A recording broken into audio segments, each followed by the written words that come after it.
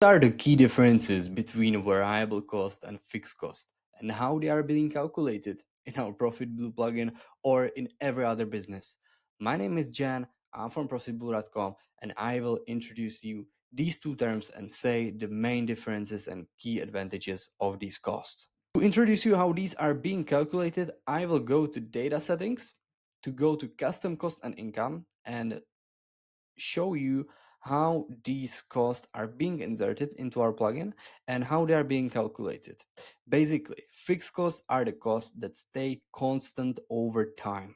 That means if you, for example, pay rent for your office, for your store, you basically pay this rent with some absolute amount, which may be the same over the months. For example, you pay $100 in January, you will probably pay it in February and even in September. It doesn't change. They stay constant even if you sell more. If you sell 100 orders or if you get 1000 orders, this cost stay constant over time. It doesn't change. Main differences between the fixed cost and variable cost is that the variable cost mainly changes based on your volume. For example, if you sell 100 orders and you sell 1000 orders, this cost will be in absolute amount very different, because how you set it up.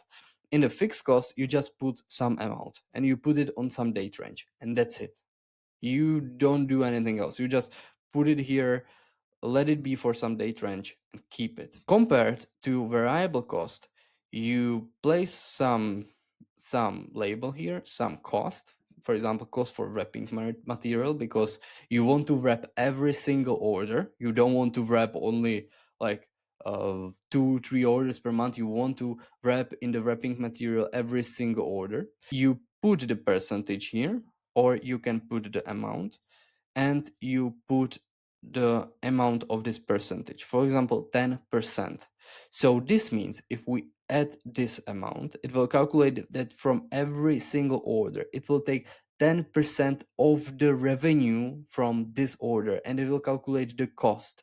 So if you have $100 order, it will cost you $10 for this order to wrap the material, for example. But if you put here the amount and you still keep the 10, it means that, for example, if you have $100 order, it will cost you $10. But if you have $2,000 order, it will still cost you $10. It's per order. It's not per the revenue of the order, but per order. So every order will calculate with this amount, which is, for example, these $10. But we'll keep the percentage. We will save it. If we save it and we look at the profit and loss, you can see that these data are here and they are being compounded, and then after are being deducted from all of the data over here. For example, we have revenue. The revenue is deducted by COGS. Then you get the gross profit. The gross profit is deducted by variable cost. Then you get margin after COGS and variable cost. This margin is deducted by total fixed cost and income. You get EBT.